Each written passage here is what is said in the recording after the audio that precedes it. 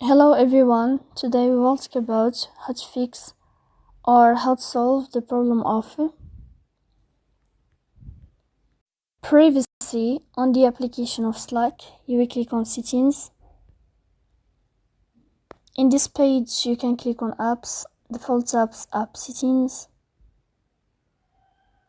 And above you can search about Slack and you will enter. Then you can click on first stop and you can click OK.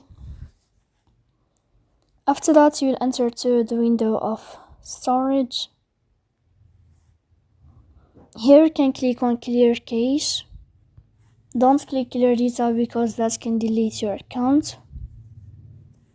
In the end you can turn off your phone and you can turn on your phone again. So please don't forget to support us by like and subscribe. See you next time in another video.